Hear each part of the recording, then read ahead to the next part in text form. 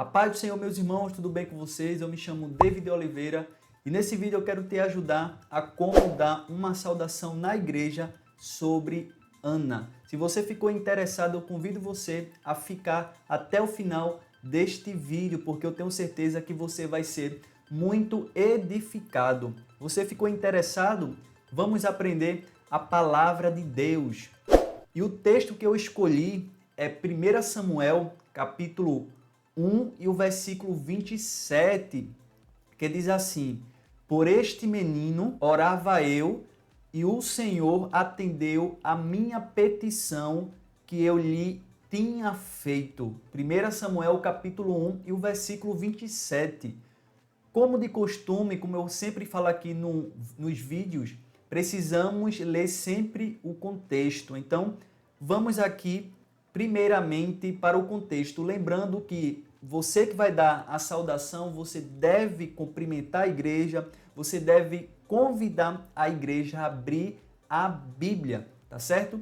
Então, a primeira consideração que eu anotei aqui era que Ana era uma das esposas de Eucana, né?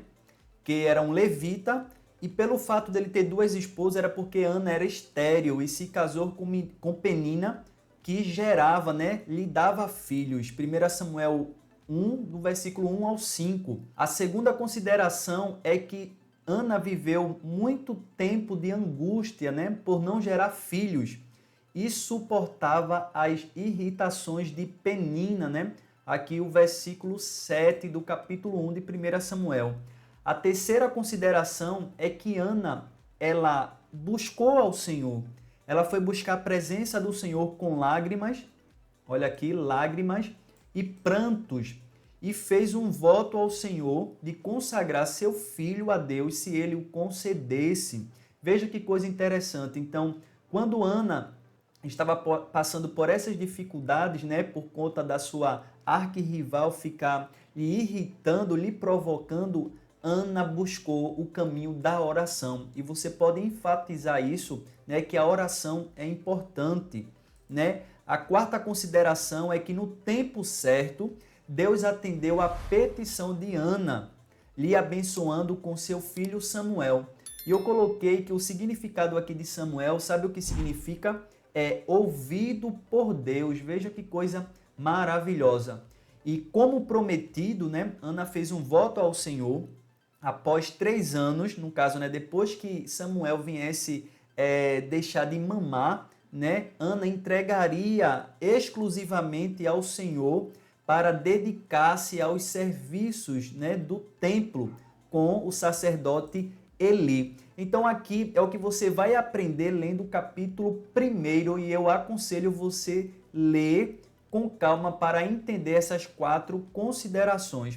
Agora você pode se perguntar, e o que a gente aprende com Ana? Quais seriam as aplicações? Eu coloquei aqui 4 aplicações que a gente aprende com Ana. A primeira aplicação é que devemos entregar nossos dilemas, dificuldades e súplicas ao Senhor. Sabe por quê? Porque Tiago diz que quando estamos tristes, devemos o quê? Orar. Tiago capítulo 5 e o versículo 13. Você lembra do contexto de Ana?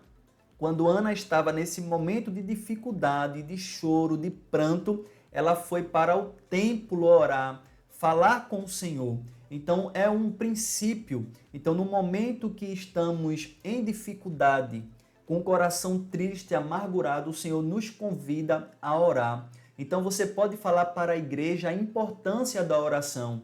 Não é quando a gente está com o coração alegre, mas Deus convida quando estamos com o coração triste, amargurado, como Ana, ela foi ao templo orar. Então devemos colocar esse princípio em prática, tá certo? Então Ana, em meio às suas súplicas, ela foi o quê? Orar. A segunda aplicação é que todas as coisas contribuem para o bem, né? Romanos capítulo 8 e o versículo 28. Por quê? Porque as tribulações e as provações fazem parte do processo de lapidação espiritual. Tão somente como Ana, Deus transformará o mal em bem, né? Gênesis capítulo 50 e o versículo 20. Por que é necessário passarmos por tribulações? Percebemos no contexto do capítulo 1 que foi Deus que colocou essa limitação em Ana, ou seja, Deus permitiu que ela fosse estéril. Por quê? Porque lá na frente o nome do Senhor seria glorificado. Veja a história de Samuel, que excelência de conduta, né, diante do Senhor. Então, os momentos que a gente passa de tribulações e provações fazem parte do nosso crescimento espiritual. E como aconteceu na história de José, que José foi para o Egito, foi vendido, foi caluniado, passou por várias situações.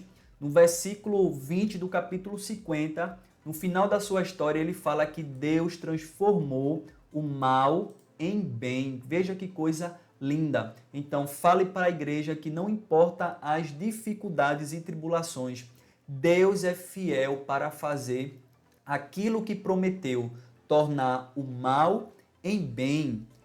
3. Ana teve seu pedido ouvido por Deus. E eu coloquei que não importa qual seja a sua petição, que seja por filho, né, como um exemplo de Ana, por emprego, por salvação de filho, de esposo, da família, por libertação, por sabedoria, por mais graça de Deus ou milagres. A resposta de Deus é: Ele ouviu o seu pedido. Do mesmo jeito que o significado de Samuel é ouvido por Deus, os nossos clamores e petições estão sendo ouvidos por Deus, ou seja, Deus vai conceder aquilo que a gente tanto pede ao Senhor. Então, no tempo certo, eu coloquei aqui, Deus vai nos exaltar. 1 Pedro capítulo 5 e o versículo 6, tá certo? Eu disse que seria 4 lições, mas são 3. Eu espero que você tenha entendido e também você pode usar outras palavras, fiquem à vontade e disponível para o Espírito Santo se utilizar de você. Se você quer ouvir outra explicação de algum texto, deixa aqui nos comentários porque eu vou fazer de tudo para te ajudar. Tá certo? Um forte abraço e até o próximo vídeo.